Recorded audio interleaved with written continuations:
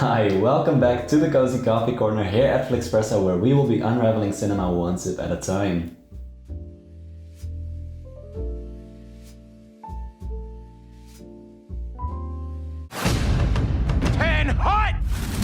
I'm putting together a special team.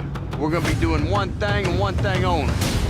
Killing Nazis. Sound good? Yes, sir! Quentin Tarantino's *Inglourious Bastards* is a movie that defies conventional war movie narratives and stylistic expectations. Known for his signature blend of sharp dialogue, non-linear storytelling and graphic violence, Tarantino crafts a revisionist history of World War II that merges pulp fiction with historical epic. See what I did there? The film's audacious plot, the memorable characters, and the unique stylistic choices make it a standout in Tarantino's illustrious career. *Inglourious Bastards* is divided into 5 chapters, each focusing on different characters and events that converge in a climactic finale. The film begins with SS officer Hans Landa ruthlessly massacring a Jewish family in Nazi-occupied France, leaving only Shosanna Dreyfus alive. This tension and masterfully executed scene sets the tone for the rest of the movie. Years later, Shosanna runs a cinema in Paris and seizes a chance for revenge when German war hero Frederick Zoller arranges a Nazi film premiere at her theater. Simultaneously, Lieutenant Aldo Rain leads a group of Jewish American soldiers known as the Bastards on a brutal campaign against the Nazis. Their mission aligns with British Lieutenant Archie Hickox and German actress and spy Bridget von Hammersmark to assassinate Nazi leaders at the same film premiere. The film reaches its finale in a spectacularly orchestrated sequence where multiple plans collide. It sounds good, right? So if you haven't seen the movie already, you'll know what to do. 3 days from now, Joseph Goebbels is throwing a gala premiere of one of his new movies in Paris. In attendance will be most of the German high command. Basically, we have all our rotten eggs in one basket. The objective? Blow up the basket.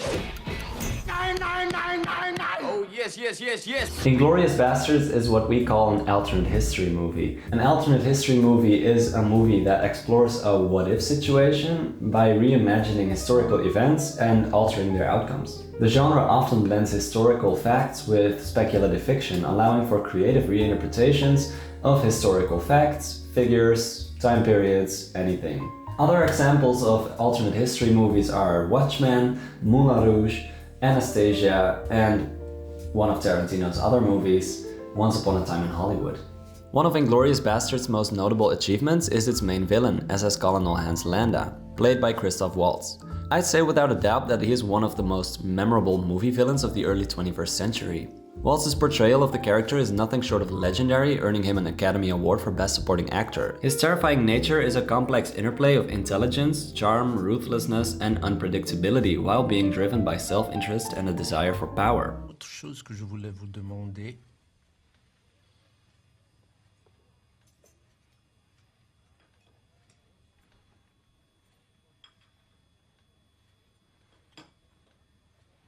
Mais maintenant, sur ma vie, impossible de m'en souvenir. Enfin, bon, ça ne devait pas être important. The movie's dialogue, a hallmark of Tarantino's style, is sharp, witty, and loaded with subtext.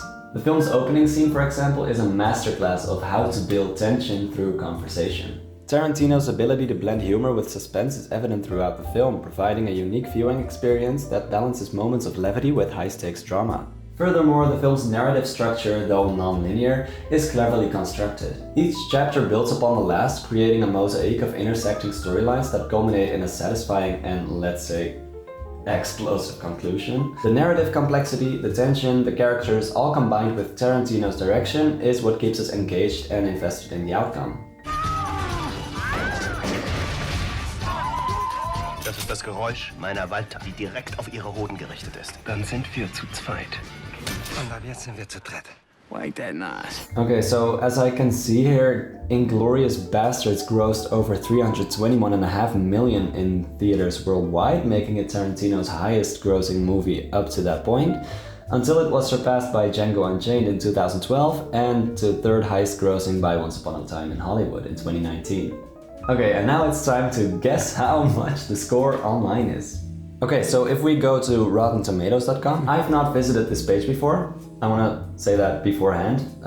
I have no idea what the online score is going to be. I know it's a popular movie. I know that a lot of people love this movie and very few people hate it. And I think the only ones who actually hate it are the ones who don't understand it. So in order to like this movie, you've got to understand the movie. The first time I saw this movie, I didn't fully understand it either because World War II is a very complex subject. I thought it was a very complex subject when I was in school. But now that I've watched it a second and a third and a fourth time, I do understand. I understand more and more and more of it. So all I have to do is press enter and then the page will turn up and then I will see the score. So I'm gonna be doing a guess first. I think the tomato meter, so the one with the critics, I think it's gonna be somewhere between 80 and 90%. And I think the audience score, so the general audience, I think it's gonna be,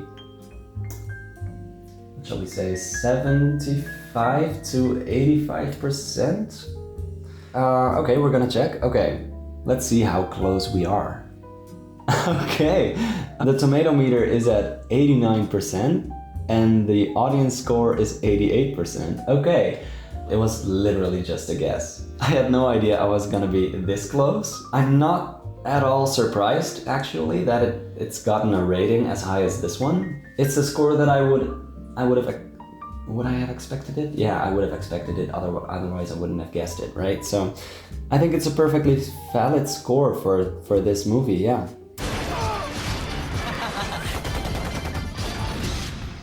In conclusion, Inglourious Basterds stands as a testament to Quentin Tarantino's prowess as a filmmaker. Its audacious storytelling, compelling characters, and stylistic flair make it a remarkable addition to the war film genre. I consider myself to be one of the lucky few to have seen this movie in theaters. Not back in 2009 when it came out, but during a rerun during the pandemic when they had nothing else to show.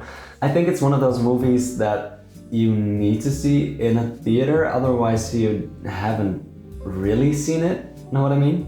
Tarantino's revisionist take on World War II challenges traditional narratives and invites viewers to consider the power of cinema as a tool for storytelling and reimagining history. Inglourious Basterds is not just a war film. It's a celebration of the art of filmmaking, showcasing Tarantino's ability to blend genre conventions with his unique artistic vision. As such, it remains a significant and influential work in contemporary cinema. What did you think of Inglourious Basterds? Please let me know down here in the comments. Also, the idea for this video was requested by beloved subscriber Justin. Justin, if you see this, thank you so much. If you have an idea for a potential future video, a movie, a TV show, no, actually I only do movies for now. If you have any ideas, please let me know down in the comments and then perhaps I'll be covering your idea next. Don't forget to like this video and subscribe to my channel if you haven't already, and then I'll be seeing you next time.